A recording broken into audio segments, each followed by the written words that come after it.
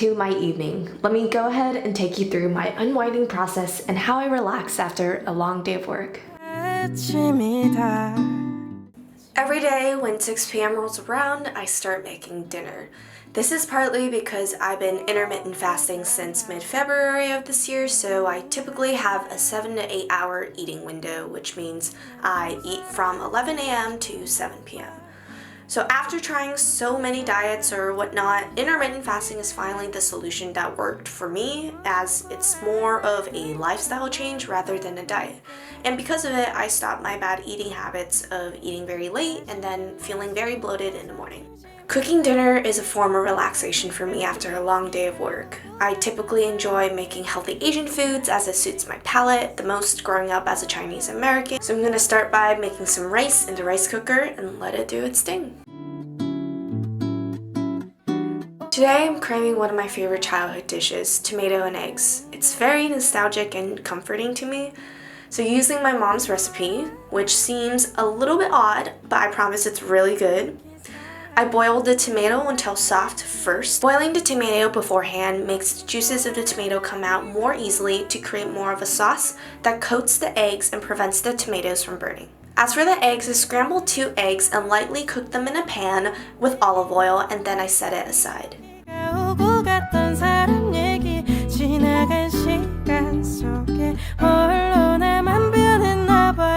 Then I placed the soft tomato in a pot, and using kitchen scissors, I carefully cut it open until it is in small chunks.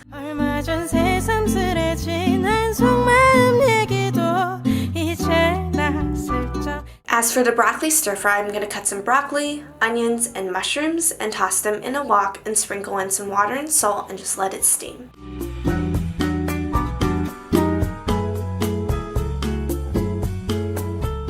Also going to preheat the oven for dessert later because there's always room for dessert. Food makes me so happy and I'm just so excited to eat. I like enjoying my meals with entertainment, usually in the form of watching a YouTube video, Netflix, or sometimes a podcast.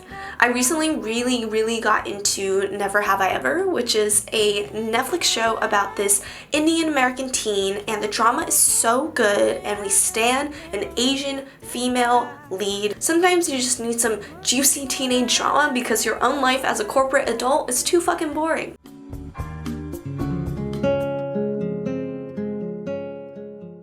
After I finish dinner, I usually sneak in some dessert before my 7 p.m. cutoff.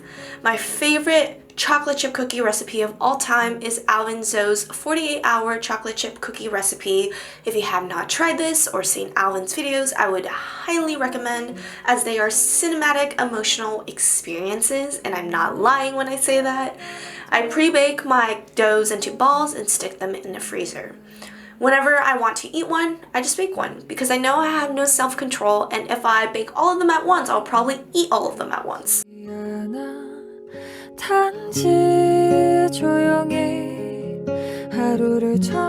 I'm eating it with a cup of cold and sweetened almond milk to offset the rich toffee chocolatiness, and sprinkled some sea salt on the top.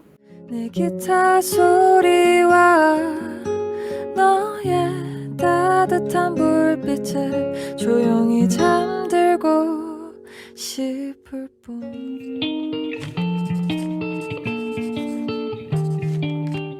I wrap up eating around 7 p.m. and take some time to clean my dishes. I typically like to clean my dishes right after I use them, as I feel like the longer I leave them in the sink, the less likely I will clean them. And I'm also someone who gets mad anxiety when my apartment is super messy, so I clean it up right away.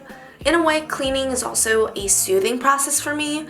Stress cleaning is actually a thing where removing clutter from your life in your space can also help reduce anxiety, and super repetitive tasks with immediate results can also be calming and accomplishing in a way on its own. After, I usually finish up watching whatever show I started during dinner over a glass of flavored seltzer water to relieve that soda craving on a hot summer day in New York.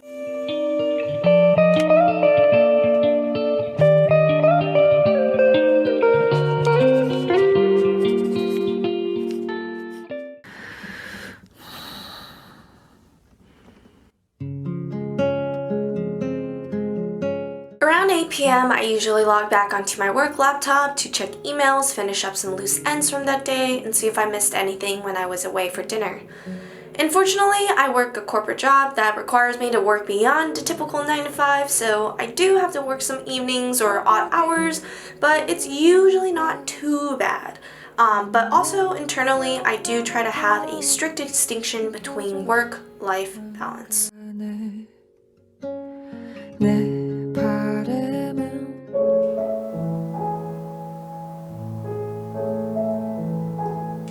Usually around 10 to 10:30 p.m., work should all be wrapped up, so I continue to unwind and get ready for bed.